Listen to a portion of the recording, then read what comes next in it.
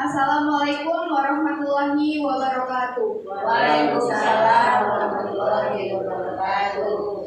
Alhamdulillahirabbil alamin. Puji syukur marilah kita panjatkan kepada Allah Subhanahu wa taala atas berkat limpahan rahmat dan nikmatnya kita dapat melaksanakan acara diseminasi pengibasan pemahaman dan penerapan pengalaman budaya positif pada siang hari ini. Yang terhormat Ibu Kepala Sekolah UPT SDN 10 Sitiung, Ibu Sulastri SPD. Yang terhormat Bapak Ibu rekan-rekan pegawai SDN 10 Sitiung dan rekan-rekan PL yang hadir pada acara siang hari ini. Sholawat serta salam kita sampaikan kepada Allah Subhanahu wa taala karena berkat limpahan rahmat dan nikmatnya kita dapat melaksanakan acara ini. Kita berdoa supaya acara ini bisa berjalan hingga akhir nanti dengan lancar. Baiklah, tanpa memperpanjang kata-kata mukadimah, langsung saja kita masuki acara, yaitu acara pertama pembukaan yang sedang berlangsung. Sebelum memasuki acara kedua, alangkah baiknya kita membaca basmalah bersama-sama. Bismillahirrahmanirrahim. Acara kedua yaitu menyanyikan lagu Indonesia Raya. Hadirin dipersilahkan untuk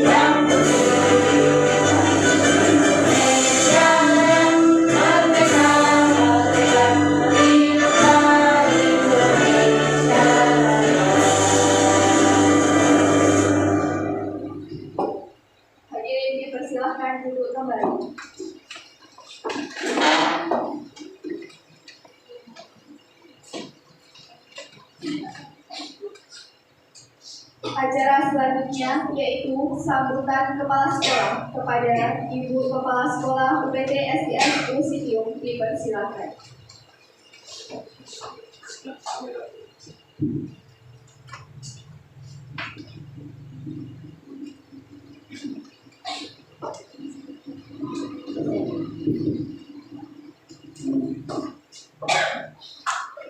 Bismillahirrahmanirrahim.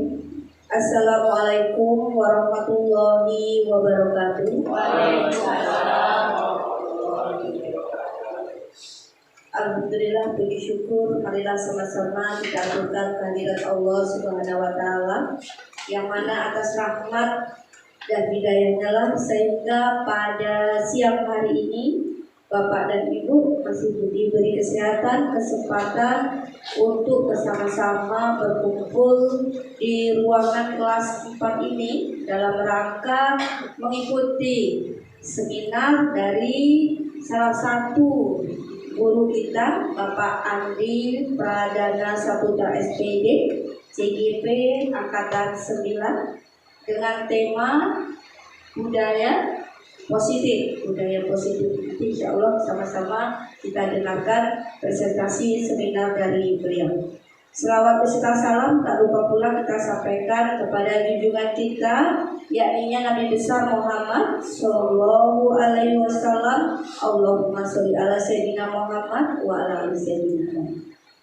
Yang sama-sama kita hormati narasumber kita yaitu narasumber CGP Angkatan 9, beliau Bapak Andi Pradana Saputra SPD. Yang sama-sama kita hormati Bapak dan Ibu Majelis Guru hebat UPT SDN 10 Priuk. Selanjutnya kepada adik-adik mahasiswa UNARI yang sedang PL di UPT SDN 10 Priuk yang Ibu cintai dan Ibu banggakan. Baik, pada kesempatan siang hari ini Ibu diminta untuk memberikan sedikit kata sambutan mengenai kegiatan seminar yang dilakukan oleh salah seorang CGP kita yang alhamdulillah pada siang hari ini akan menseminarkan aksi nyatanya aksi nyata dari Bapak Andi untuk penyelesaian tugas modul berapa Pak? 1.4 tentang budaya positif. Jadi Bapak dan Ibu nanti sama-sama kita dengarkan rangkaian apa itu budaya positif. Kalau tidak salah namanya budaya positif itu kebiasaan pola tingkah laku, kebiasaan di sekolah yang akan diterapkan oleh guru-guru kita. Nanti kita lihat, kita dengarkan apa ada yang terbaru buat untuk budaya positif di sekolah kita ini. Jadi kegiatan ini sangat bagus, aksi nyatanya nanti sama-sama kita lihat, kita dengarkan bagaimana budaya positif yang akan kita laksanakan di sekolah demi terbentuknya generasi-generasi penerus anak bangsa sesuai dengan tujuan pendidikan nasional pada dalam profil pelajar Pancasila. Ada berapa Bu tujuan dari profil pelajar Pancasila? Ada 6 dimensi Yang pertama, beriman dan bertakwa kepada Tuhan Yang Maha Esa dan berakhlak mulia, berkebinekaan global, mandiri, otonom dan berpikir kritis.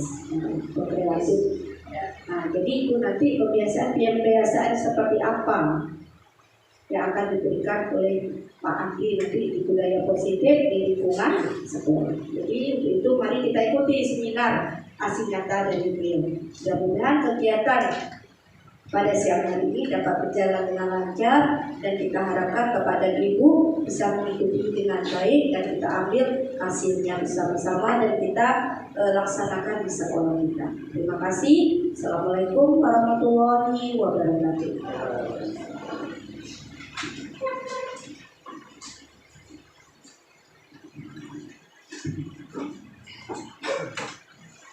Acara selanjutnya yaitu penyampaian materi oleh Bapak Andi Pradana Saputra SPD. Kepada Bapak kami persilahkan.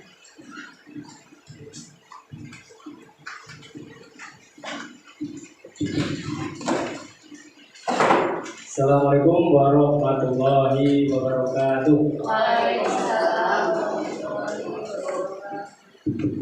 Walaupun sudah siang, sudah sore, semoga masih semangat ya ibu-ibu, bapak ibu semuanya. Semangat.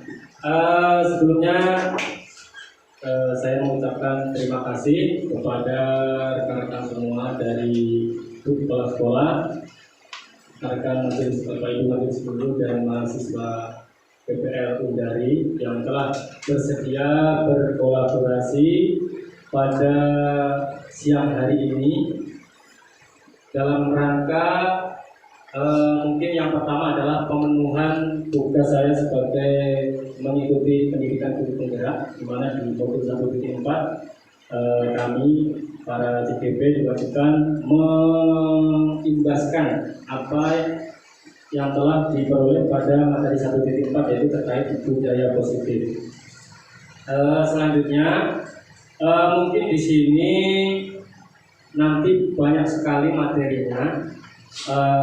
Dalam perjalanannya mungkin bisa Bapak Ibu nanti sore-sore dulu untuk kita diskusikan bersama, karena dalam pelaksanaan PGB itu pun kami hanya diberikan modul dan terus dipersilakan berdiskusi sesama CGP lain melalui ruang kolaborasi secara daring. Jadi di sini nanti bersama-sama kita berdiskusi juga, mungkin dari sudut pandang saya seperti ini, dari sudut pandang rekan-rekan semua juga seperti ada yang lain juga. Mungkin juga semangat juga buat rekan-rekan Bu Dwi yang mungkin sedang proses menuju pendidikan guru penggerak, bahwa di sini mungkin awal-awalnya memang terlihat sulit, tapi di sini mungkin saya bisa membuka jalannya, nanti bisa kita berbagi apa yang sudah saya lakukan, apa yang sudah saya buat, nanti kita bisa sharing bersama. Jadi tidak perlu kendor, lanjut saja dulu. Lanjut langsung saja. Di sini materi judul kegiatan hari ini adalah seminar tentang penyebaran pemahaman penerapan pengalaman budaya positif. Materi yang akan saya paparkan di sini ada banyak 8, terutama terkait perubahan paradigma belajar, disiplin positif, nilai-nilai kebajikan, kebutuhan dasar manusia, motivasi perilaku manusia, posisi kontrol guru, keyakinan kelas, dan segitiga restitusi.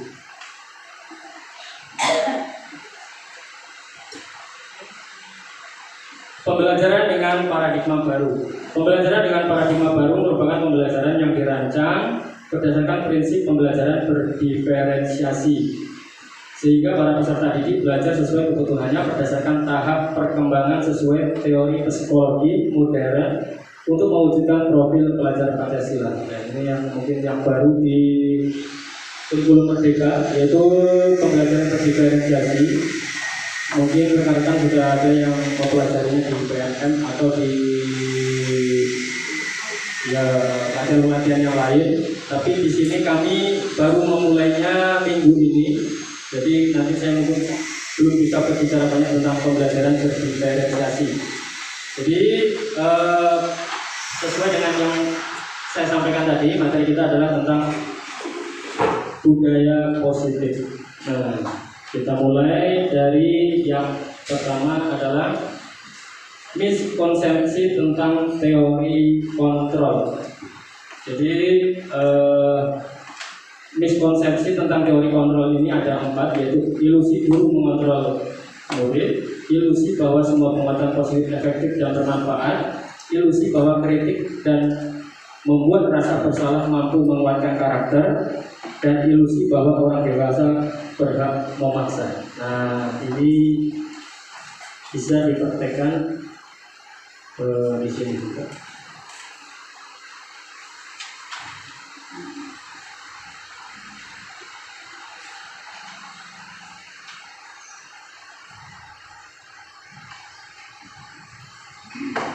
Apa ya?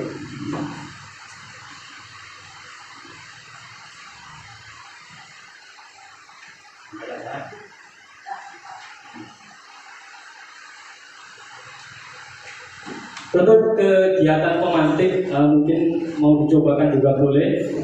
Ini jadi kegiatan pemantiknya adalah tugas, ada kita saling berhadapan, 2 orang, yang ada temannya boleh nanti. Yang satu mengepalkan tangan. Jadi coba bayangkan bahwa yang mengepalkan tangan itu sedang menyimpan sesuatu yang berharga. Kemudian teman satunya berusaha membuka kepalan tangan dari temannya dengan segala cara. Yang bertugas membuka kepalan tangan itu boleh dengan membujuk, menghardik, mengintimidasi, memarahi, menggoda, menggelitik, apa saja boleh dilakukan. Yang penting kepalan tangan tersebut dibuka. Mau dicobakan? Nggak apa-apa. Coba ini, kita sama Lila bisa dicontohkan. Siapa yang apa? Kira-kira apa yang disimpan dalam kepala? Gantian. Coba, siapa yang mengepal siapa? Ika yang ngepal, Luli yang buka, yang berusaha membuka. Silakan coba. Ada sesuatu yang berharga di sana. Boleh ditendang, silakan. Boleh. Bisa nggak? Boleh dipaksa. Oke, terima kasih. Ya, terima kasih pada Ika dan Luli yang telah mensimulasikan kegiatan membuka tangan tadi. Jadi di situ yang bisa kita simpulkan adalah ini bertanya, apakah tangan dari Ika tadi bisa berkemungkinan terbuka atau tertutup? Berkemungkinan ya Bapak Ibu. Bisa kemungkinan terbuka, bisa berkemungkinan tertutup. Nah, jadi mungkin nanti si Nuri punya jurus yang lain dan akhirnya terbuka, atau Ika punya keinginan yang lain, jadi bisa terbuka juga. Di sini pertanyaannya yang nomor 3. Dalam kegiatan tersebut, sesungguhnya siapa yang memegang kendali atau kontrol untuk membuka atau menutup kepalan tangan? Nah, siapa yang memegang kontrol untuk membuka dan menutup kepalan tangan itu? Tentu yang mengepalkan tangan ya Bapak ya. Ya, jadi yang memegang kontrol itu sebenarnya yang memegang kepalan tangan.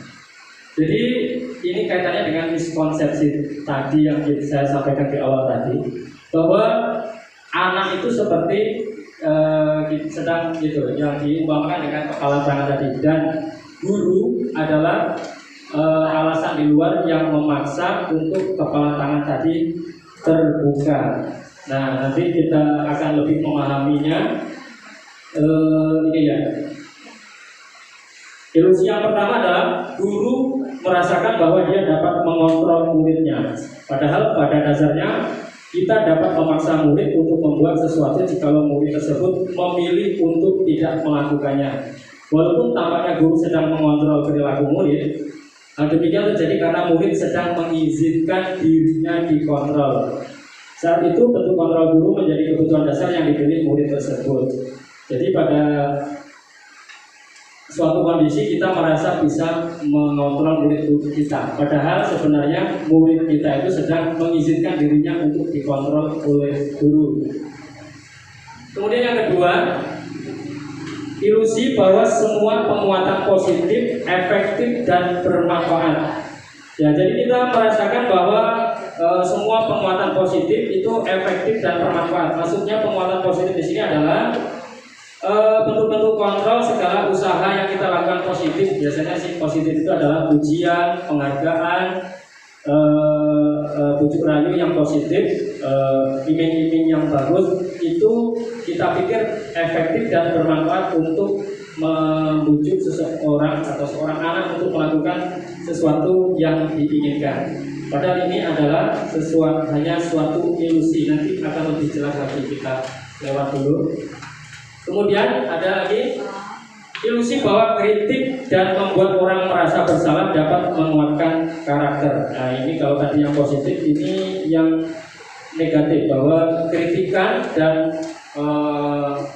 menghakimi orang merasa bersalah dapat menguatkan karakter. Itu adalah sesuatu yang salah, karena di sini menggunakan kritik dan rasa bersalah untuk mengontrol murid menuju pada identitas yang gagal karena dilakukan dengan hal yang negatif. Kemudian ilusi yang terakhir adalah bahwa orang dewasa itu memiliki hak untuk memaksa. Jadi ini yang masih kita percaya saat ini, bahwa orang dewasa memiliki tanggung jawab untuk membuat murid-murid berbuat hal-hal tertentu. Masih abu-abu, kita lanjutkan lagi. Bila kita ingin membuat kemajuan perlahan, sedikit-sedikit, ubahlah sikap atau perilaku Anda. Namun bila kita ingin memperbaiki cara-cara utama kita, maka kita perlu mengubah kerangka acuan kita. Jadi kita mengubah sudut pandang kita seperti ini. Nah, yang selama ini kita lakukan adalah stimulus respon. Jadi kita sekarang dengan sampainya materi ini kepada kita semua, hendaknya kita bisa memahami peran teori kontrol, bahwa sebelumnya kita menganggap bahwa kebutuhan semua manusia itu sama, padahal berbeda. Kemudian semua orang melihat hal yang sama. Nah, padahal setiap orang itu memiliki sudut pandang atau gambaran yang berbeda. Kemudian kita mencoba mengubah orang agar berpandangan sama dengan kita. Itu mungkin masih sering kita lakukan. Dan padahal menurut teori kontrol, kita berusaha memahami pandangan orang lain tentang dunia. Berarti kita sebenarnya hanya memahami pandangan orang lain tentang sudut pandang dia, bukan kita mengubah sudut pandang, menyamakan sudut pandang kita dengan orang lain. Ya, ini banyak yang nanti bisa yang saya share di grup tadi bisa dibaca juga. Lanjut ke di makna disiplin. Nah, ketika mendengar kata disiplin, apa yang terbayang di benak Anda? Nah, yang terlintas biasanya adalah tata tertib, teratur, kepatuhan pada peraturan. Disiplin juga dihubungkan dengan hukuman, padahal itu sungguh berbeda.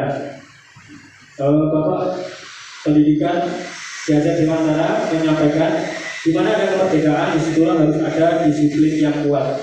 Sungguh pun disiplin itu bersifat self-disiplin, yaitu kita sendiri yang mewajibkan kita dengan sekeras-kerasnya, tetapi itu sama saja, sebab jikalau kita tidak cakap melakukan self-disiplin, wajiblah penguasa lain mendisiplinkan diri kita, dan peraturan demikian itulah harus ada di dalam suasana yang berbeda. Jadi maksud di sini adalah kita membutuhkan motivasi intrinsik atau motivasi yang berasal dari dalam diri kita untuk mendisiplinkan diri kita. Apabila itu tidak ada, tidak bisa dimunculkan motivasi intrinsik itu, maka kita membutuhkan orang di luar kita untuk mendisiplinkan kita.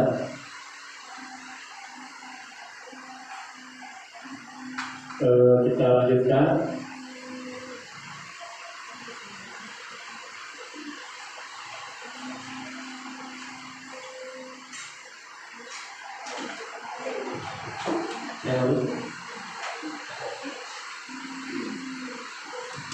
Nilai-nilai kebajikan universal. Nah, ini di Guru Penggerak ini ada istilah namanya nilai kebajikan. Kalau dulu sering nonton film Pahlawan Kebajikan, berarti nilai-nilai kebaikan sebenarnya.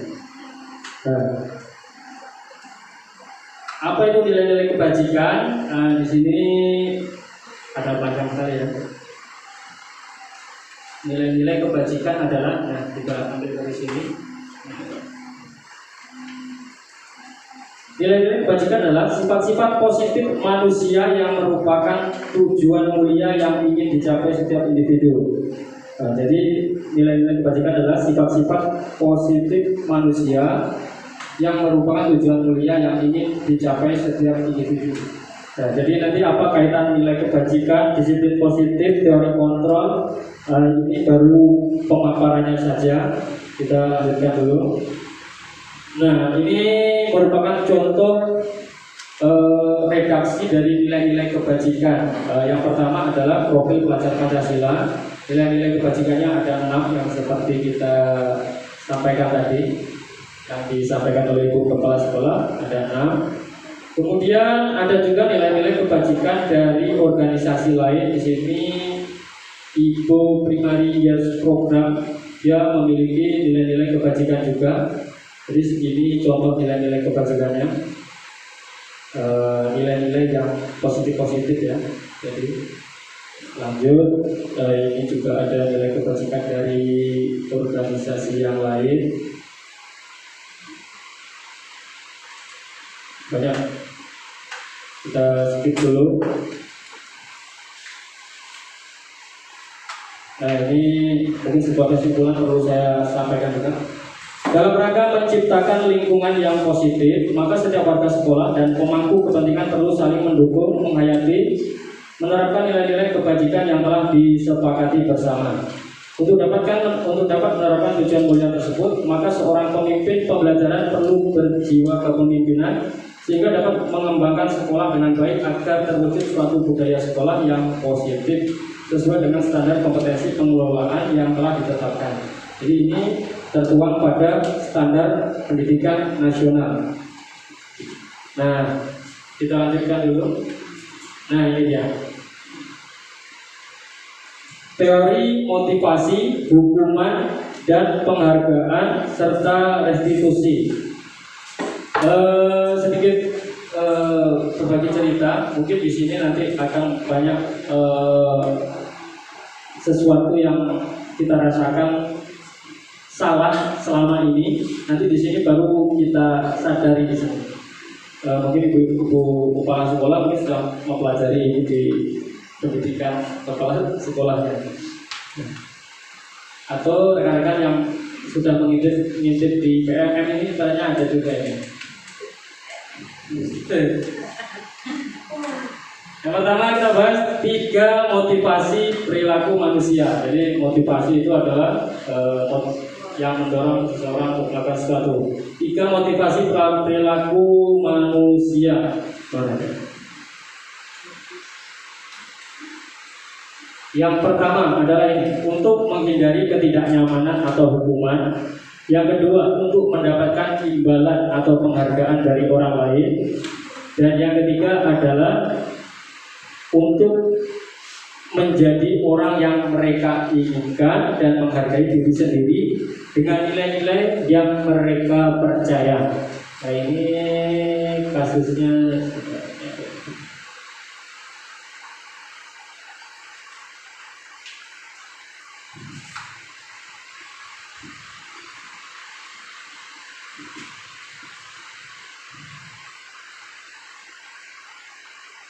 Ini ada pertanyaan pemantik.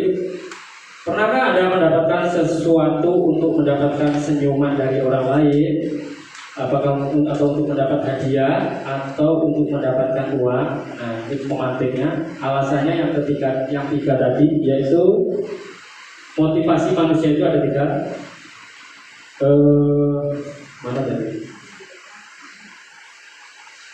Apakah untuk mendapatkan imbalan, untuk mendapatkan penghargaan, atau hanya untuk menghindari ini? Yang pertama untuk menghindari ketidaknyamanan atau hukuman, jadi dilaksanakan. Yang kedua untuk mendapatkan imbalan atau penghargaan. Yang ketiga karakter dia ya, untuk menjadi orang yang mereka inginkan atau menghargai diri sendiri dengan nilai-nilai yang mereka percaya.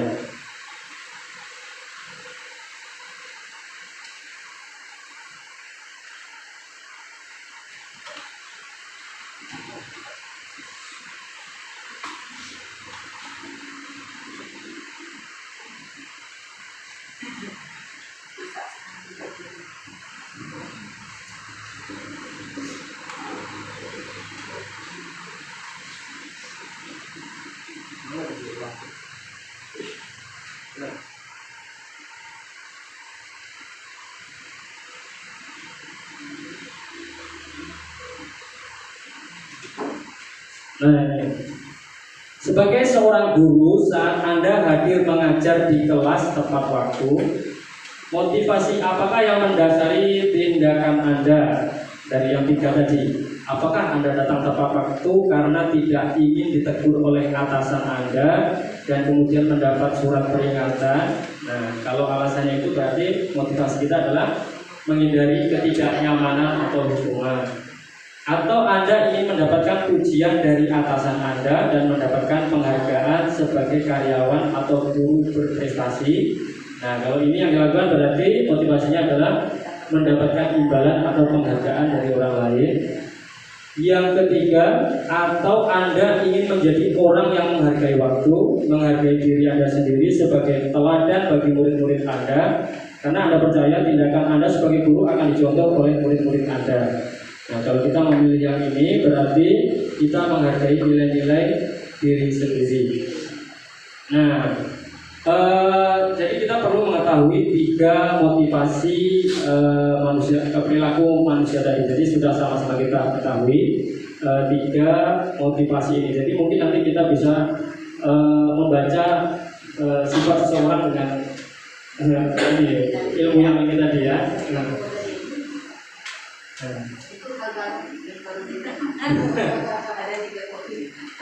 Nah ini sekarang hukuman dan penghargaan. Ada sebuah kasus, sama-sama kita baca. Iva kurang menguasai pelajaran matematika, sehingga pada saat pelajaran tersebut berlangsung, dia lebih banyak berdiam diri atau menggambar di buku pelajarannya. Pada saat guru matematikanya, Pak Seno, menanyakan pertanyaan, Iva menjadi gugup dan tak sengaja menjatuhkan tasnya dari kursi, serta tiba-tiba menjadi gagap pada saat berupaya menjawab. Seluruh kelas pun tertawa melihat perilaku Iva yang bicara, tergagap dan terkejut tersebut. Pak Seno pada saat itu membiarkan teman-teman Iva menertawakan Iva yang tergagap dan malu luar biasa, dan malah minta Iva untuk maju ke depan dan berdiri di depan kelas sambil menunjuk hidungnya karena tidak bisa menjawab pertanyaan Pak Seno. Kelas makin gaduh dan anak-anak pun tertawa melihat Iva di depan kelas memegang ujung hidungnya. Jadi ada seorang anak yang dihukum oleh gurunya di depan kelas memegang hidungnya karena kedapatan menggambar di buku pelajarannya saat jam pelajaran matematika. Pertanyaannya, menurut Anda tindakan Pak Seno terhadap Iva adalah sebuah hukuman atau konsekuensi? Ada yang bisa berpendapat hukuman apa konsekuensi? Ada hukuman konsekuensi. Nah, nanti kita bahas lagi apa itu hukuman, apa itu konsekuensi. Nah, ada 3 di sini: hukuman, konsekuensi, dan restitusi. Nah, nanti restitusi kita bahas terakhir.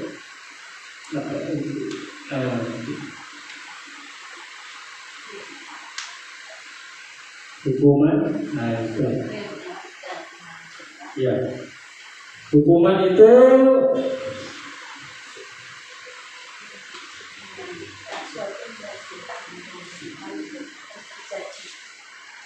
ya, hukuman itu banyak efeknya. Ini adalah apa judul atasnya dulu? Perbedaan dari hukuman, konsekuensi, dan restitusi. Kita lakukan.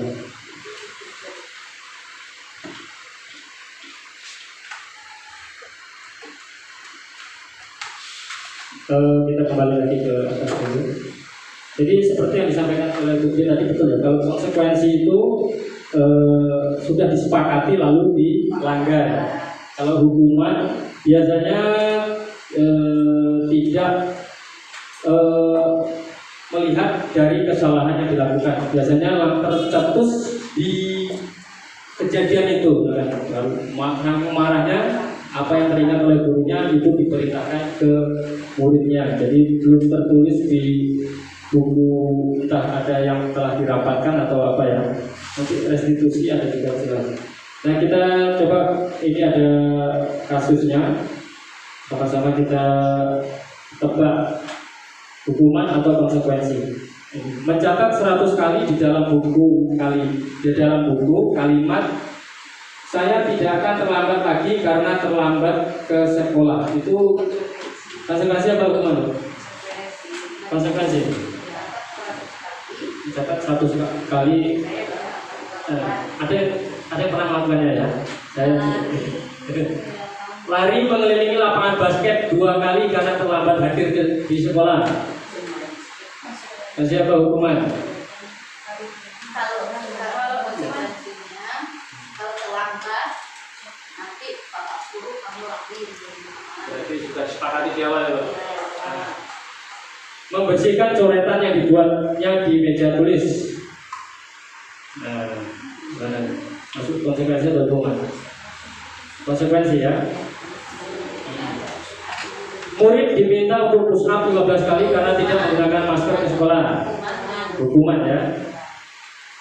Menggantikan kertas tugas teman yang telah dicoret-coret. Mengganti kertas tugas teman yang telah dicoret-coret. Konsekuensi.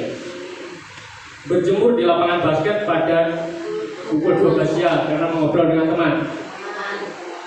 Hukuman Ibu.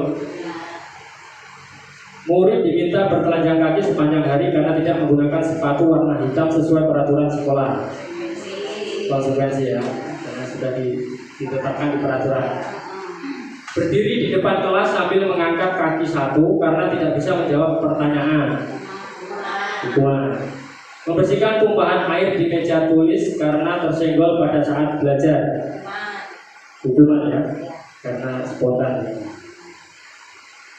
Kehilangan 10 menit jam istirahat untuk mengerjakan tugas karena terlambat datang dan tertinggal pelajaran selama 10 menit.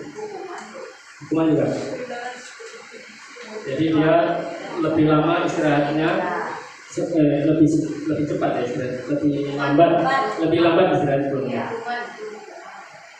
Ini banyak lagi, kita tinggalkan dulu. Dihukum oleh penghargaan. Ini sama-sama kita renungkan nanti. Saat kita yang mungkin sudah dihilangkan di kurikulum Merdeka itu memberikan hadiah untuk siswa yang juara itu.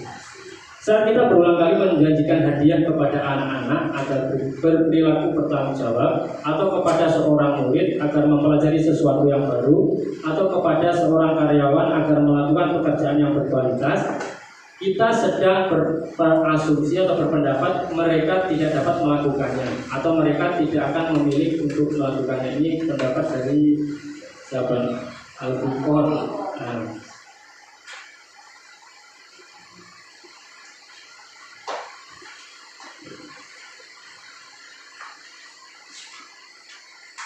Nah, ini pendapat dari Afikon tadi bahwa penghargaan ini sebenarnya tadi judulnya adalah dihukum oleh penghargaan. Penghargaan itu mempunyai pengaruh jangka pendek dan jangka panjang. Nah, penghargaan efektif jika kita menginginkan seseorang melakukan sesuatu yang kita inginkan dalam jangka waktu yang pendek. Tapi jika kita menggunakan penghargaan lagi dan lagi, maka orang tersebut akan bergantung pada penghargaan yang diberikan serta kehilangan motivasi dari dalam kalau tidak ada penghargaan yang ditawarkan ya.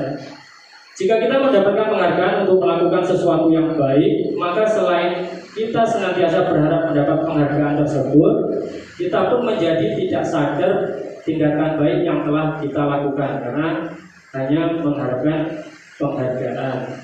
Mungkin mulai terasa ya, saya membantu ibu saya nanti di ini apa gitu ya.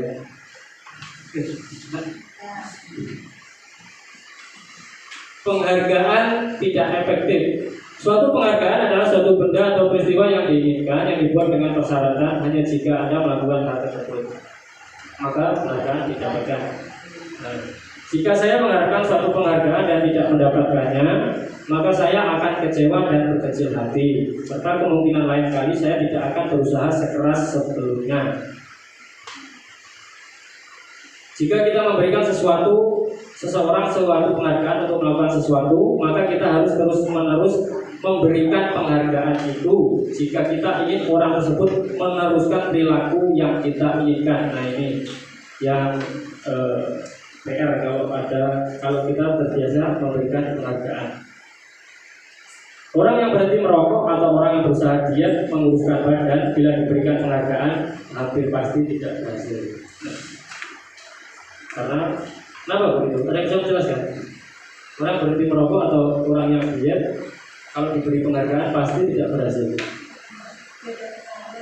Karena merokok ataupun diet itu harus dari diri sendiri ya. Nanti kalau nggak ada penghargaannya, dia merokok lagi atau gemuk lagi.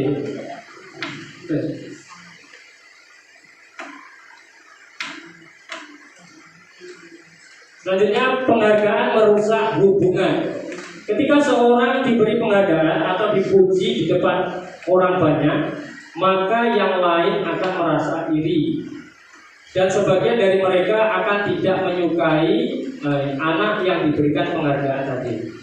Nah, ini yang merusak hubungan. Jika seorang guru sering memberikan penghargaan kepada murid-muridnya, besar kemungkinan murid-muridnya tersebut termotivasi hanya untuk menyenangkan gurunya saja. Jadi mereka sebenarnya tidak bersikap jujur kepada guru tersebut. Kemudian, penghargaan menciptakan persaingan di dalam kelas, dan persaingan menciptakan kecemasan. Ini yang terakhir ini yang saya percaya juga. Mereka yang percaya bahwa mereka tidak memiliki kesempatan untuk mendapatkan penghargaan, mereka akan berhenti mencoba. Ya udahlah, kamu saja, ya, yang malas bersaing lagi ya, udah kalah sebelum berperang, karena udah pasti gagal untuk mendapatkan penghargaan yang dijanjikan oleh guru. Nah, ini banyak sekali, nanti ditengok saja.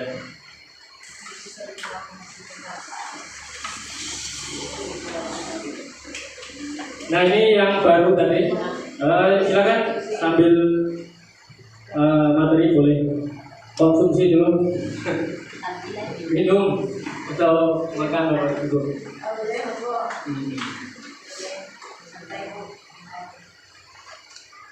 Tadi ada hukuman, ada konsekuensi, dan ada restitusi. Nah,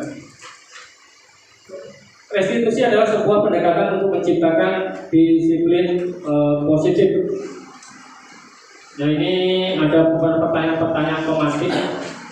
Dalam sebuah acara pesta ulang tahun, teman Anda memecahkan gelas. Apakah Anda akan membiarkan dia membayar harga gelas yang dipecahkannya? Gimana kira-kira itu? Bagusnya bagaimana? Dimaafkan? Maafkan saja atau gimana? Tidak sengaja. Iya. Kemudian ini yang kedua, Anda sudah janji bertemu dengan teman Anda, namun ternyata dia juga memiliki janji penting bertemu orang lain di tempat lain, dan Anda terpaksa naik taksi untuk menemui teman Anda di tempat itu. Apakah Anda akan meminta teman Anda membayar biaya taksi Anda menuju ke tempat tersebut? Tidak ya? Minta ada yang seperti itu. Ini nggak ada taksi ya, Bu. Kalau jauh, ini kalau mau Pegawai Anda membuat kesalahan. Suruh ganti argonya deh ya, bayarin. Nah, ini itu. Pegawai Anda membuat kesalahan yang menyebabkan kerugian finansial pada perusahaan. Pegawai tersebut menawarkan untuk bekerja lembur tanpa bayaran. Nah, ini untuk mengganti kerugian nanti ya. Apakah Anda sebagai pemilik perusahaan akan menerimanya? Iya, Bu.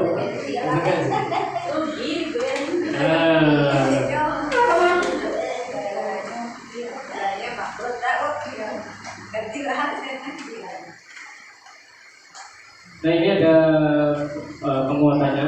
Kebiasaan kita selama ini, bila ada orang yang berlaku salah pada kita, adalah langsung memaafkan, atau bahkan kita melakukan sesuatu yang membuat mereka tidak nyaman atau merasa bersalah atas kesalahannya. Kita cenderung untuk berfokus pada kesalahan daripada mencari cara bagi orang yang melakukan kesalahan tersebut untuk memperbaiki diri.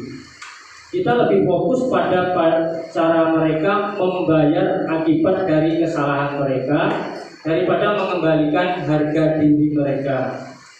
Membuat kondisi menjadi impas menjadi lebih penting daripada membuat situasi menjadi benar.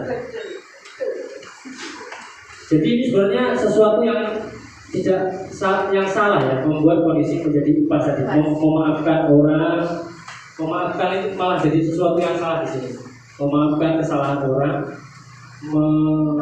iya, jadi sama ini.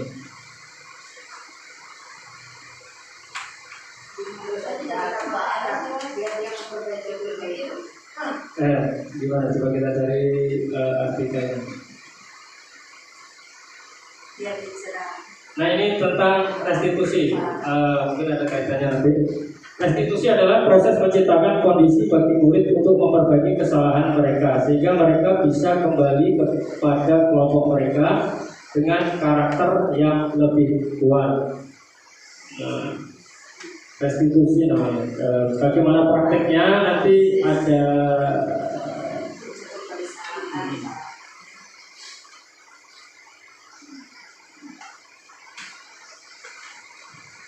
Nah ini dia.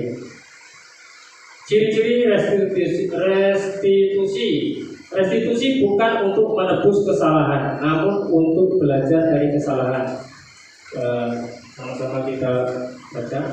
Ketika murid berbuat salah, guru tidak mengarahkan untuk menebus kesalahannya dengan membayar sejumlah uang, memperbaiki kerugian yang timbul, atau sekedar meminta maaf. Karena kalau fokusnya ke sana, maka murid yang berbuat salah akan fokus pada tindakan yang bersifat eksternal, yaitu untuk menebus kesalahan dan menghindari ketidaknyamanan. Bukannya yang lebih bersifat internal, yaitu pada upaya perbaikan diri. Biasanya setelah menebus kesalahan, orang yang berbuat salah akan merasa sudah selesai dengan situasi itu, sehingga merasa lega karena seolah-olah kesalahan tidak pernah terjadi. Kalau reaksi dari kita adalah memberikan sebuah kesempatan untuk menebus kesalahannya. Jadi kalau itu dilakukan, maka yang bersangkutan merasa lega karena seolah-olah kesalahan tidak pernah terjadi.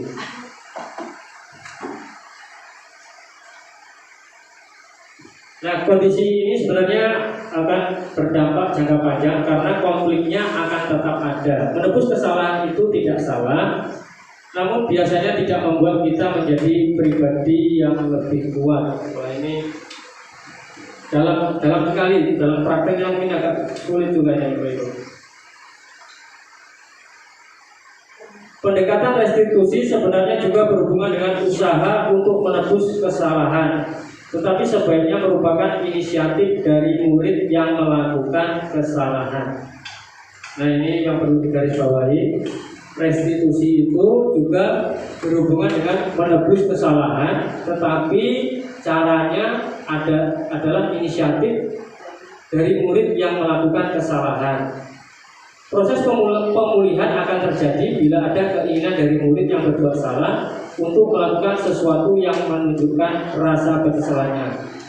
Fokusnya tidak hanya pada mengurangi kerugian pada korban, tetapi juga bagaimana menjadi orang yang lebih baik dan melakukan hal baik pada orang lain dengan kebaikan yang ada dalam diri kita. Nah, ini paragraf pertama. Nanti ada prakteknya tentang restitusi ini. Kita lanjut dulu.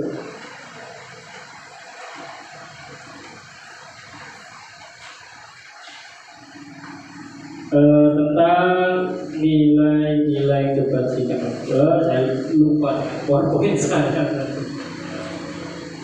Itu tengok di PDF apa dulu? Lupa PowerPoint-nya. Itu dia. Nilai-nilai kebajikan. Kita tinggalkan dulu terkait tentang apa tadi? Hukuman, konsekuensi, dan restitusi. Nanti di akhir mungkin akan lebih jelas berbeda dari yang tiga tadi.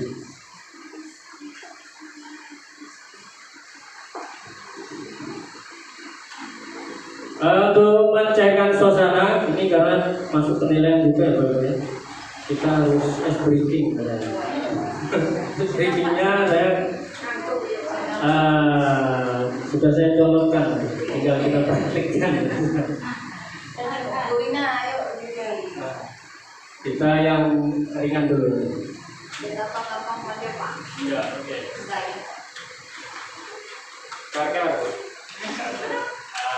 Ini yang sudah sering kita lakukan saja.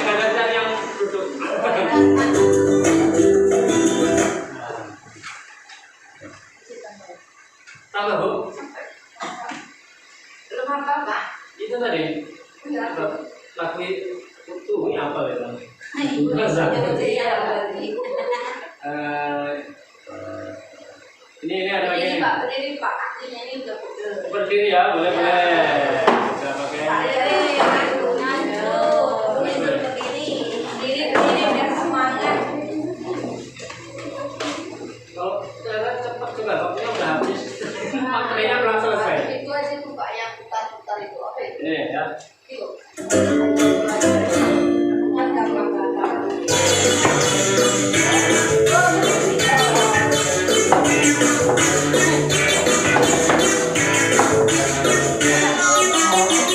Tangan diputar-putar, bertepuk tangan diputar-putar, pegang bahu. Tangan diputar-putar, pegang bahu. Digoyang-goyang, digoyang-goyang, digoyang-goyang. Tangan diputar-putar, bertepuk tangan. Tangan diputar-putar, pegang bahu. Tangan diputar-putar, pegang bahu. Digoyang-goyang, digoyang-goyang, digoyang-goyang. Diputar-putar, diputar ke atas. Diputar-putar, diputar ke bawah. Diputar-putar, diputar ke kanan.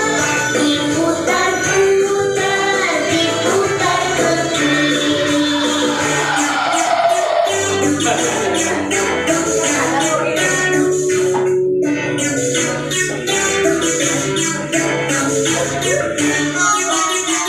Tangan diputar-putar, bertepuk tangan. Tangan diputar-putar, pegang bahu. Tangan diputar-putar, pegang bahu. Digoyang-goyang, digoyang-goyang, digoyang-goyang. Tangan diputar-putar, bertepuk tangan. Tangan diputar-putar, pegang bahu. Tangan diputar-putar, pegang bahu. Digoyang-goyang, digoyang-goyang, digoyang-goyang. Diputar-putar, diputar ke atas. Diputar-putar, diputar ke bawah. Diputar-putar, diputar ke kanan. Diputar-putar, diputar ke kiri.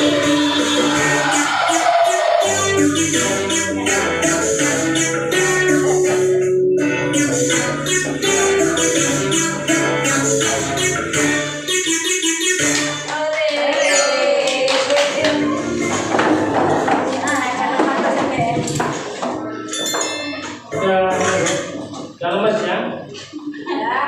Jangan tuh, putar-putar ini.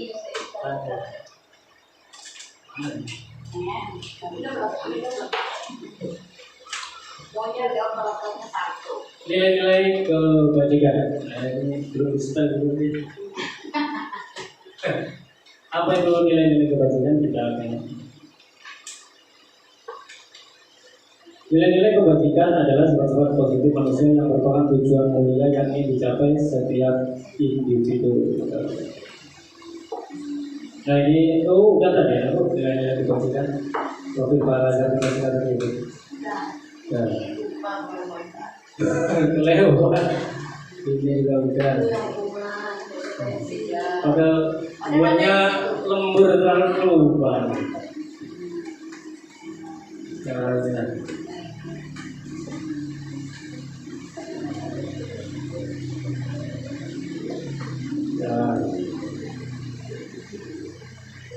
Keyakinan kelas nanti mungkin ada yang baru gitu ya. Keyakinan kelas apa itu gitu. Keyakinan kelas Keyakinan. Sepakatan sampai itu yang di kelas. keyakinan kelas. Apa itu keyakinan kelas? Mengapa keyakinan kelas bukan peraturan kelas? Nah, kita baca bersama-sama saja. Ya. Mengapa keyakinan kelas? Mengapa tidak peraturan kelas saja? Mengapa adanya keyakinan kelas penting untuk terbentuknya sebuah budaya positif? Bagaimana mewujudkannya? Kita tengok di sini.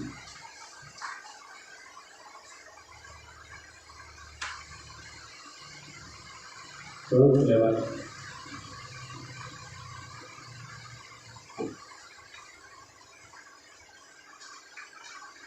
Nah ini, mengapa kita memiliki peraturan tentang penggunaan helm pada saat mengendarai kendaraan roda 2? Nah, jawabannya mungkin adalah karena untuk keselamatan. Ada juga yang mungkin untuk biar tidak ditilang tidak kenyamanan. Mengapa kita memiliki peraturan tentang penggunaan masker dan mencuci tangan setiap saat? Jadi alasannya adalah untuk kesehatan dan keselamatan. Nah, nilai-nilai inilah yang disebut dengan nilai kebajikan tadi. Keselamatan, kesehatan. Nah, inilah yang nanti akan dijadikan keyakinan kelas. Mungkin masih ngambang, jadi di sini ada lebih jelasnya.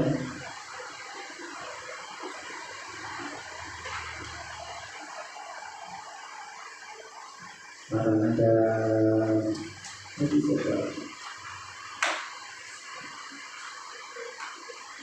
keyakinan kelas.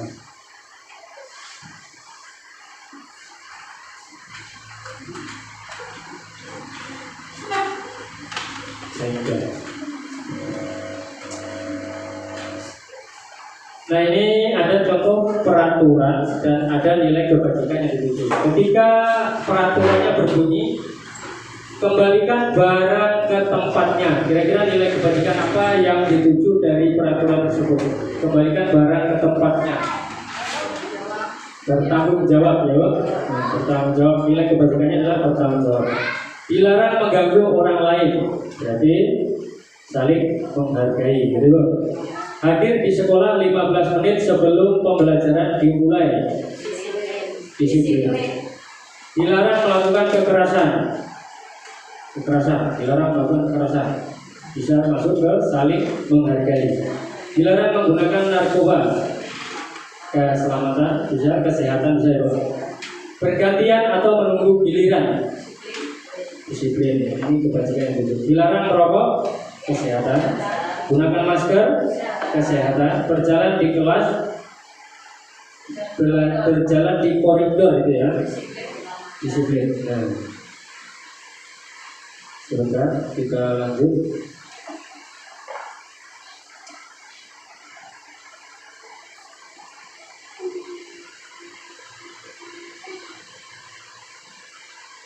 Tahapannya tadi seperti ini ya. Jadi memang ini dalam pembentukan keyakinan kelas tadi yang untuk kalau mau dipraktekkan di setiap kelas, berarti Bapak Ibu bersama murid berdiskusi tentang peraturan yang akan disepakati. Jadi peraturan ini mungkin peraturan kelas mungkin sudah ada ya, tata tertib disepakati. Setelah disepakati, kemudian peraturan tersebut dicatat. Kemudian mana tadi?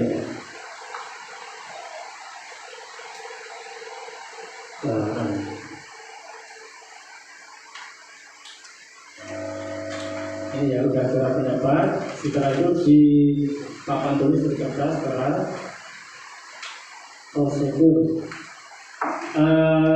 Disusun menggunakan kalimat yang positif. Jadi kata yang dilarang. Kasih ampun dulu Bapak Ibu untuk mengajarkan. Alhamdulillah materinya cukup bagus ya Pak ya. Yang kita tanyakan masalah tentang keyakinan kelas tadi ya Bu ya. Bapak Ibu, keyakinan kelas. Apa bedanya keyakinan kelas dengan kesepakatan kelas? Iya. Apakah keyakinan kelas itu harus tertulis dan waktunya itu lama apa jangka panjang apa jangka pendek? Mungkin itu saja. Kalau kesepakatan kan biasanya aturan pada waktu itu ya Pak ya. Waktu misalnya masuk jam matematika aturannya begini-begini, kesepakatannya begini-begini. Kalau keyakinan kelas itu bagaimana? Kasih Pak. Assalamualaikum warahmatullahi wabarakatuh. Kepala sekolah yang telah menyampaikan pertanyaannya, yaitu apa bedanya keyakinan kelas dengan kesepakatan kelas. Nah, ini nanti kalau jawabannya kurang tepat mau dibantu rekan-rekan lainnya atau menambahkan. Kalau menurut saya, kalau kesepakatan kelas itu hampir sama dengan peraturan kelas, dimana kalau kesepakatan kelas itu adalah bunyinya peraturan, tapi yang dibuat bersama-sama di dalam kelas. Jadi kalau kesepakatan itu redaksinya saja mungkin Bu, beda dengan keyakinan kelas. Kalau kesepakatan kelas itu masih umpamanya bunyinya adalah tidak boleh, umpamanya ketika guru mengajar kita harus memperhatikan. Satu, tidak boleh berkelahi di dalam kelas. Assalamualaikum warahmatullahi wabarakatuh. Terima kasih kesempatannya pada Pak Andi. Di sini yang ingin saya tanyakan kepada Pak Andi, ini kan tentang budaya positif. Untuk menerapkan budaya positif kepada murid-murid kita, terutama di SD 10 Setiong ini,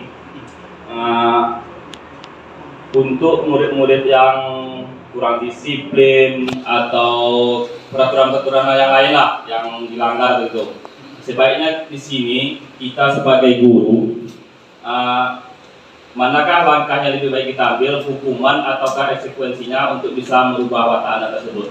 Sekian, terima kasih. Pertanyaan dari Pak Rian terkait cara bagaimana menerapkan budaya positif di SD 10 Sitiung dalam menghadapi tingkah laku anak kita yang mungkin saat ini kita rasakan, mungkin dirasakan di semua sekolah ya. Bagaimana cara menerapkan budaya positif ini? Apakah kita menerapkan hukuman, konsekuensi atau restitusi? Dengan sampainya wawasan ini kepada kita semua atau materi tentang budaya positif ini kepada kita semua, walaupun dalam penyampaiannya belum full, tapi PDF-nya kan sudah sampai ke rekan-rekan semuanya, mungkin bisa didalami nanti di rumah atau di lain waktu. Maksudnya begini, ketika materi ini sudah sampai, tentu kita akan dalam menyikapi anak, kita harus memilih pilihan yang terbaik, yaitu dengan maksudnya adalah fungsi yang terbaik. Kalau tadi ada 5 posisi kontrol guru, kan yang paling baik adalah manajer. Itu sempat menjadi diskusi kami yang sangat alot di ruang kolaborasi itu, karena ada yang penghukum, ada teman, ada pemantau, ada apa lagi, pembuat kesalahan ya. Kalau semua guru berperan sebagai manajer, itu seperti kata teman-teman di diskusi itu, sepertinya tidak akan efektif, karena murid sekarang itu tidak seperti murid zaman dahulu kan seperti itu. Nah, jadi bagaimana? Karena malah ada yang mengatakan saya di sekolah itu berperan sebagai malaikat pencabut nyawa, kata teman saya. Jadi mereka berbagi tugas, memang kan ada yang antagonis, ada yang protagonis, ada yang tukang elus-elus, ada yang guru favorit, ada yang guru ditakuti, kan ada yang memerankan di sekolah seperti itu. Nah, mungkin dalam pelaksanaannya kita bisa menguji coba, maksudnya kita laksanakan dulu pilihan terbaiknya. Jadi menggunakan peran manajer. Jadi kalau itu kita laksanakan dan masih belum membuat perubahan, mungkin kita bisa mengambil strategi lain dengan menerapkan yang perannya lain, ataukah nanti karena ada ibu kepala sekolah memahami ada 5 peran itu, Ini nggak bisa kalau kita manajer semua, kita bagi tugas. Contohnya Pak Rian sebagai penghukum, nah, nanti ada Bu Ida sebagai teman, nah, itu berperan sebagai teman. Jadi itu sebenarnya bisa diatur oleh setiap sekolah, bahkan di rumah kan kita bisa seperti itu ya kan, untuk mengatur anak kita. Mamanya tukang marahin, bapaknya tukang elus-elus belikan sesuatu gitu ya Pak. Jadi berbagi tugas dalam membentuk karakter murid. Jadi kalau dipilih mana yang harus lebih baik, ya kita harus memilih yang sebagai manajer, dan dalam menyikapi sebuah masalah kita harus memilih tahapan restitusi, itu pilihan terbaiknya. Tapi ya itu tadi ya, melihat kondisi yang ada setelah kita uji coba restitusi, ternyata anak itu malah tambah bandel, maksudnya dikasih hati malah menjadi-jadi. Nah ya udahlah, kita rubah lagi menjadi konsekuensi. Konsekuensi masih apa juga? Ya mungkin pilihannya ke hukuman. Nah itu mungkin alternatif tadi ya. Jadi yang disampaikan tadi adalah alternatif. Kita coba yang paling baik, ketika tidak bisa tentu kita pakai senjata terakhir. Mungkin jawabannya seperti itu kalian. Kalau ada tanggapan dikembalikan. Acara kita pada sore hari ini, ada baiknya kita mengucapkan hamdalah bersama-sama. Alhamdulillah. Saya selaku moderator pada acara hari ini, jika ada tutur kata maupun sikap saya yang kurang sopan, saya pribadi mohon maaf. Saya akhiri dengan wassalamualaikum warahmatullahi wabarakatuh. Waalaikumsalam. Diakhiri dengan kelas.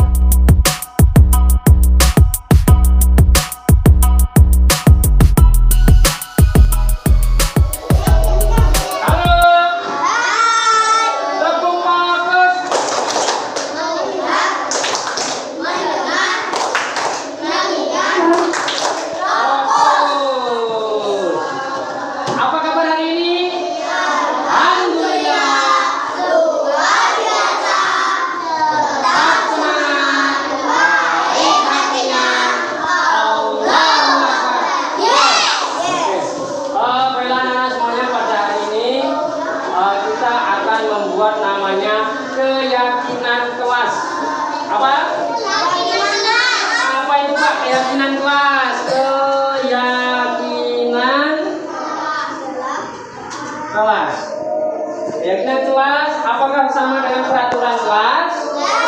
Nah, mirip-mirip dikit. Nanti kamu akan tahu. Nah, sebelum membuat keyakinan kelas, kita harus membuat namanya peraturan kelas. Dan kita sudah punya peraturan kelas kita atau tata tertib kita yang kita buat kemarin di awal semester. Ada berapa?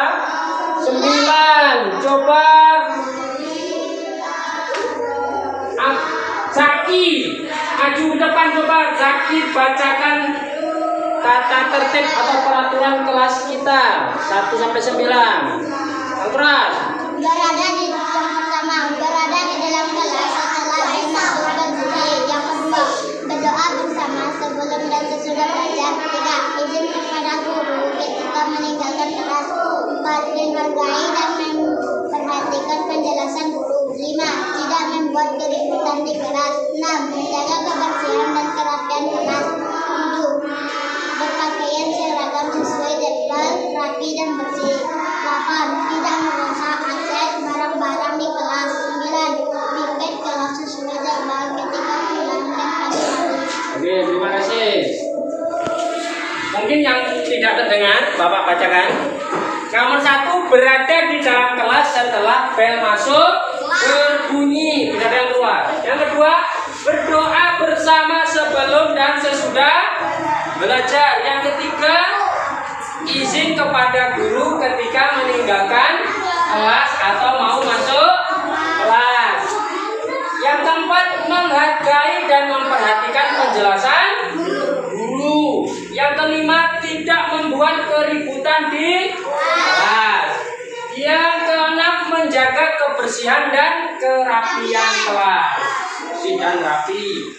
Yang ketujuh, berpakaian seragam sesuai jadwal. Pakaiannya sesuai jadwal. Kemudian pakaiannya juga harus rapi dan bersih.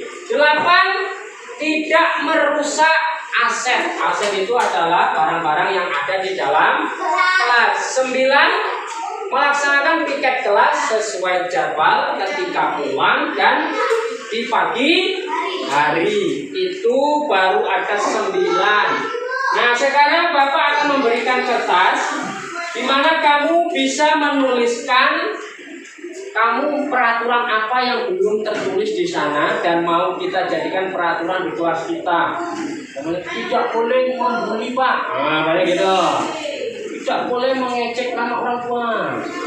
Atau sepatu diletakkan di luar, atau karena nggak ada di sana kan masuk kelas mencopot sepatu. Ketika jam istirahat tidak boleh berada di dalam kelas.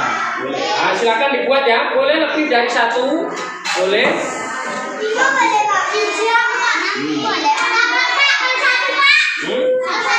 Pak. Boleh. Boleh. Makan.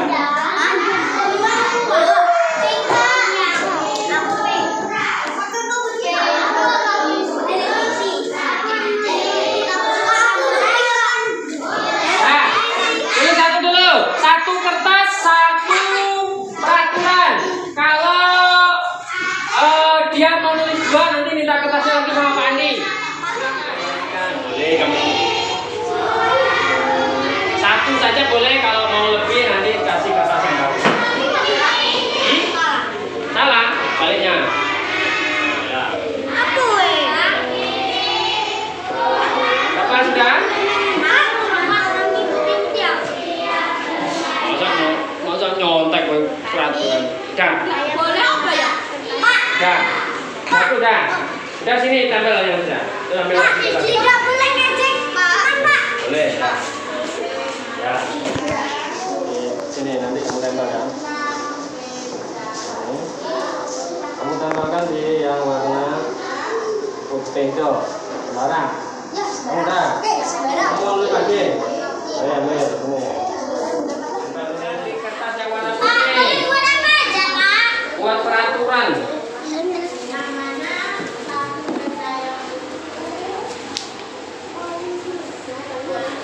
Nah. Satu aja Kak. Nah.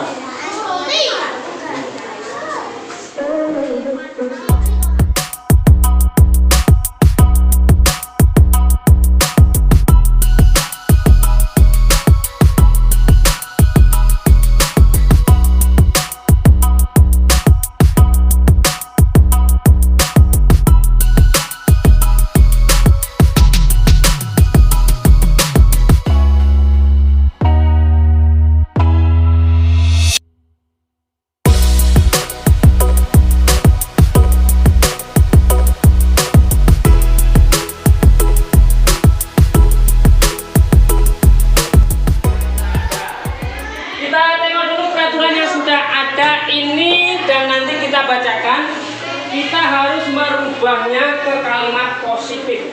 Kalimat positif itu artinya menghilangkan kata tidak, jangan, dan dilarang. Tidak, jangan, dan dilarang. Kita ganti, umpamanya yang ini. Berada di dalam kelas setelah masuk bunyi sudah ada. Berdoa sebelum berdoa bersama nggak ada. Mana yang ada kata tidak, ada kata tidaknya di sini? Nomor 5 apa? Tidak membuat keributan di kelas. Berarti kita rubah menjadi apa? Kalau kita hilangkan tidaknya,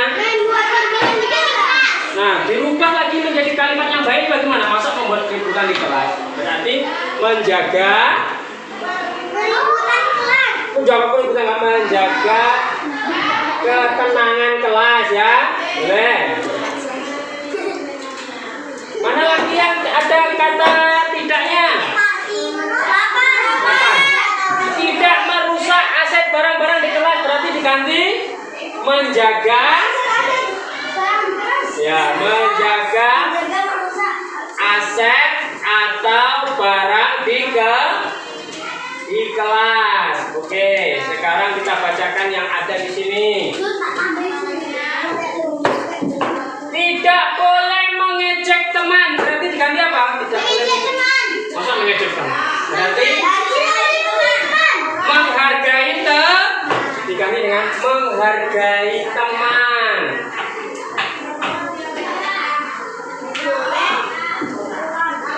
Tidak boleh menghilangkan barang teman.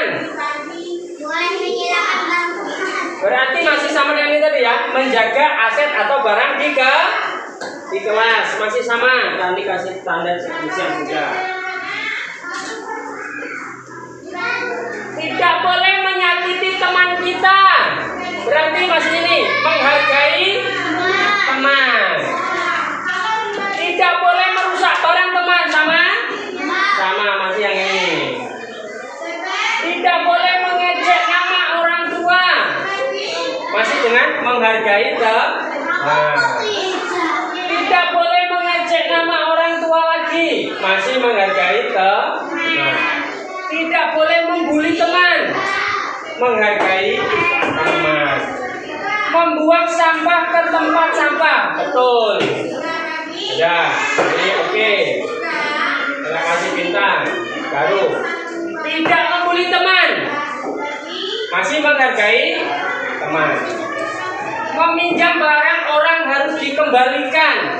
Oh. Masih bintang dulu. Tidak boleh menyontek. Diganti dengan apa? Tidak boleh menyontek itu. Boleh menyontek masa? Tidak boleh menyontek. Berarti diganti dengan tidak boleh tidak pakai tidak, jangan dilarang.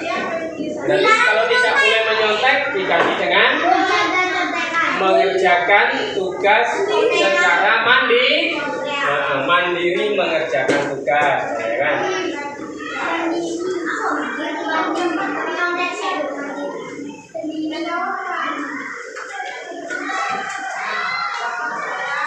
Mengembalikan barang teman udah ya, jika dipinjam. Melepas sepatu benda jika ingin masuk kelas. Oke. Nanti kita tidak boleh mencaci maki, menghargai teman. Tidak boleh menghina, menghargai teman. Tidak boleh menyebut nama orang tua, menghargai teman. Tidak boleh sama ini. Tidak boleh mencoret-coret dinding kelas, berarti menjaga kebersihan kelas. Sudah ada sini? Sudah ada. Menjaga fasilitas kelas. Masih ada? Ya. Tidak boleh pukul-pukulan, menghargai teman. Nah, ini yang Andi kasih bintang berarti yang baru ditambah yang ini, ditambah ini. Ini masih namanya adalah peraturan kelasnya. Kan yang mau kita buat adalah keyakinan kelas. Keyakinan kelas itu lebih umum dari peraturan kelas. Nah, sekarang Pak Andi apakah di sini pakai spidol ya? Keyakinan kelas.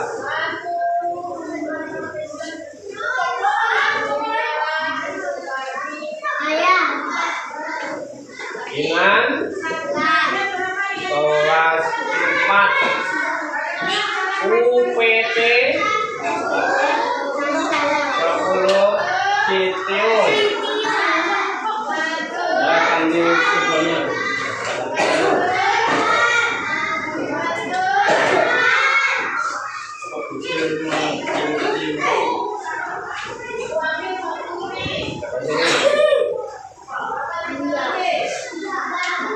Oke. Berada di dalam kelas setelah bel masuk berbunyi. Berarti itu kamu adalah sifat yang baiknya apa kalau berada di dalam kelas setelah bel masuk berbunyi itu? Belajar. Adalah disiplin.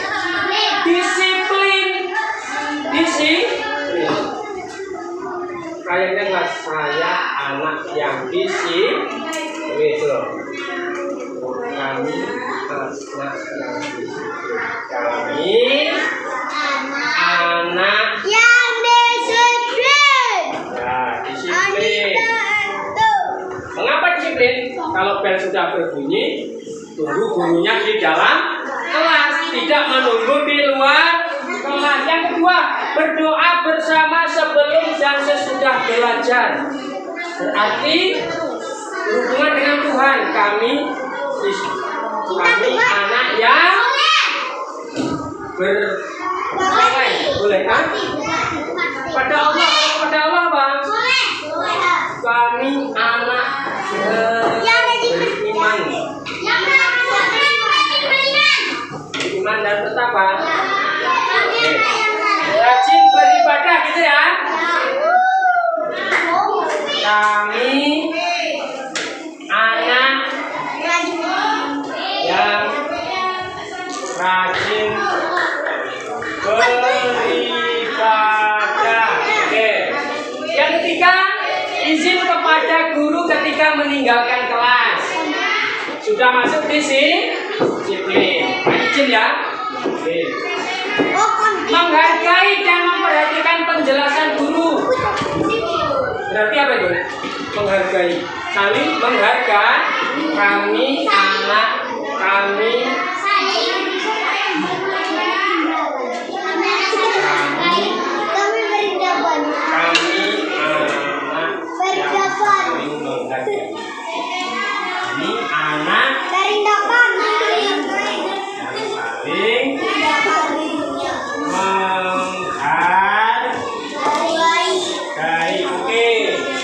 lanjut, tidak membuat keributan di kelas.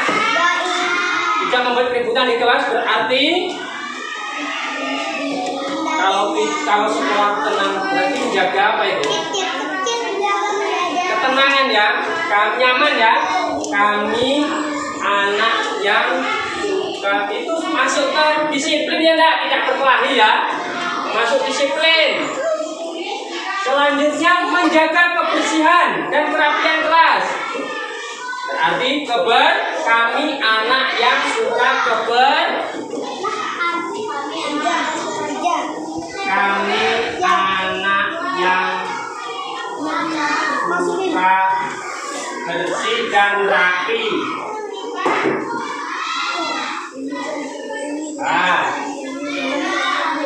Tidak merusak aset barang-barang di kelas. Berarti masuk kemana? Kami anak bertanggung jawab ya. Berarti kami anak yang bertanggung jawab. Piket kelas sesuai jadwal. Disiplin. Menjaga ketenangan kelas. Disiplin. Menjaga aset. Bertanggung jawab. Menghargai teman. Sudah ada? Saling menghargai. Mandiri mengerjakan tugas. Berarti masuk apa? Kami anak yang mandiri, tambahin ya. Kami anak dan mandi sendiri. Mandiri. Oke, dan sudah berapa? 1, 2, 3, 4, 5, 6. Kita tengok yang Pak dikasih bintang ke mana? Membuang sampah ke tempat sampah. Berarti cinta bersih dan rapi. Mengembalikan barang teman jika meminjamnya. Bertanggung jawab. Ada. Melepas sepatu jika ingin masuk kelas. Berarti supaya apa sepatunya dilepas? Berarti sudah bersih dan rapi. Meminjam barang harus dikembalikan. Bertanggung jawab. Habis. Berarti inilah keyakinan kelas kita. Ada berapa Zaki? 6. Coba Juna dibacakan yang pertama apa? Kami anak yang disiplin. Disiplin waktu, disiplin piket, seragam. Ya nak? Coba yang kedua Ainun. Kami anak yang rajin beribadah. Rajin beribadah di sekolah itu ibadahnya apa saja? sholat apa? Zuhur, sholat duha, terus berdoa sebelum belajar dan sesudah belajar. Coba aktif yang ketiga.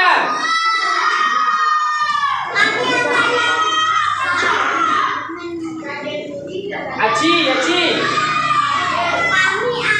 Ya, saling menghargai berarti artinya apa? Tidak ejek-ejekan, tidak pukul-pukulan. Nah, saling sayang dan tolong bersama teman. Selain menghargai teman, juga harus menghargai guru. Bagaimana cara menghargai guru? Memperhatikan. Iya, ketika belajar tidak ribut. Bersalaman ketika bertemu dengan guru. Yang keempat, ayah. Nah, kalau kamu suka bersih dan rapi berarti kamu harus menjaga kebersihan. Bagaimana cara menjaga kebersihan? Membuang sampah pada tempatnya, apalagi tidak memakai sepatu atau sandal ke dalam kelas, apalagi menyapu kelas, tidak mencoret-coret dinding. Yang rapi lagi bagaimana? Tidak berbicara kotor di dalam. Tidak berbicara kotor itu masuk kemana? Disiplin. Iya, nggak ada tuh yang membuat. Kalau tidak berbicara kotor itu berarti kami anak yang sopan, benar nggak? Tidak berbicara kok. Kita tambahkan lagi berarti kami anak yang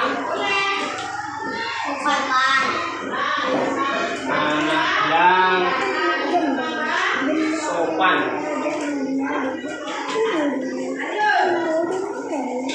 Kalian masih menghargai, ya biarin aja nggak apa-apa. Kami anak yang bertanggung jawab. Tadi bertanggung jawab tadi yang bagaimana? Kalau pinjam, ya pinjam. Ada yang sering pinjam pena temannya, dikembalikan. Kalau dikembalikan, pas isi Pak Andi sampai habis, nggak ada yang kembali. Wah, berarti tidak bertanggung jawab. Melaksanakan piket sesuai jadwal, sudah ada jadwal piket Senin, tapi tidak piket ada. Mengerjakan tugas yang diberikan guru harus selesai. Ada yang nggak selesai harus bertanggung jawab. Selanjutnya apa? Kami anak yang mandiri. Apa tadi anak yang mandiri itu? Tidak mencontek saat ujian atau apa lagi? Yang mandiri. Ya, mengangkat porsi sendiri. Kadang kamu di rumah kalau pakai sepatu dipakein orang tua. Sarapan disuapin mamanya, kalau nggak disuapin. Agib disuapin mamanya, Mas ya. Dimandiin, dibukain. Apa sempat juga mandiri. Anak yang sopan berarti apa kalau sopan? Tidak berkata kok. Tahu yang benar. Sama adik-adiknya, adik-adikmu itu di sekolah kelas berapa? 3, 2, 1. Sama adik harus saling menyayang. Kalau sesama kelas 4 saling kelas sama kakaknya kelas berapa? 5, 6 saling menghormati. Oke, jadi ini sudah kita sepakati ada 1, 2, 3, 4, 5, 6, 7. Nah, sekarang tugas kamu adalah menandatangani keyakinan kelas yang sudah kita buat bersama. Kita tangani kamu.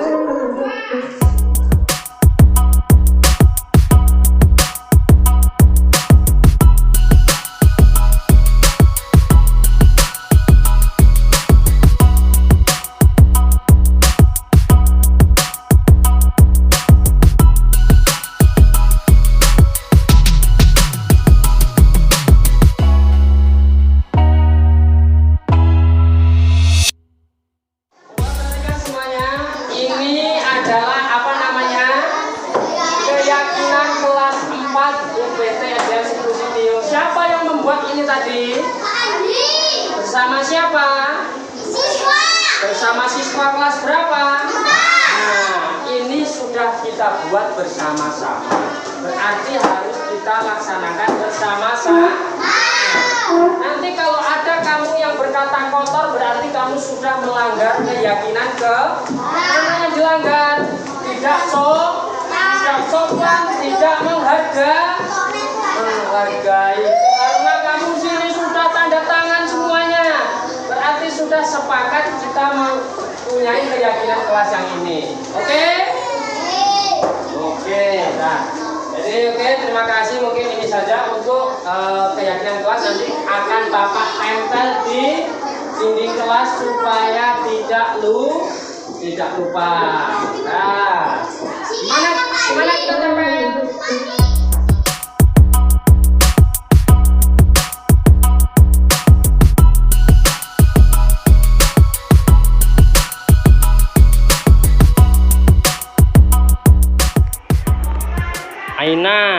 Tadi Aina sudah membuat keyakinan kelas bersama Pak Andi dan teman-teman. Bagaimana perasaan Aina membuat keyakinan kelas? Senang. Mengapa senang Aina membuat keyakinan kelas? Karena agar bisa disiplin. Oke. Terima kasih Aina. Halo Zaki. Halo Pak Andi. Tadi sudah membuat keyakinan kelas bersama Pak Andi dan teman-teman. Bagaimana perasaannya? Senang. Iya, senang. Mengapa kok senang? Kenapa? Kenapa senang Zaki? Suka dan bersih deh. Suka bersih dan? Rapi. Oh, Zaki suka kelasnya bersih dan rapi. Iya, oke. Terima kasih Zaki. Halo Fahri. Halo Pak Andi. Tadi sudah membuat keyakinan kelas bersama teman-teman dan Pak Andi. Bagaimana perasaannya? Senang. Senang juga. Mengapa senang? Karena saya suka anak yang sopan. Anak yang sopan. Kamu suka kalau semuanya sopan? Suka. Oke lah ya. Terima kasih Fahri.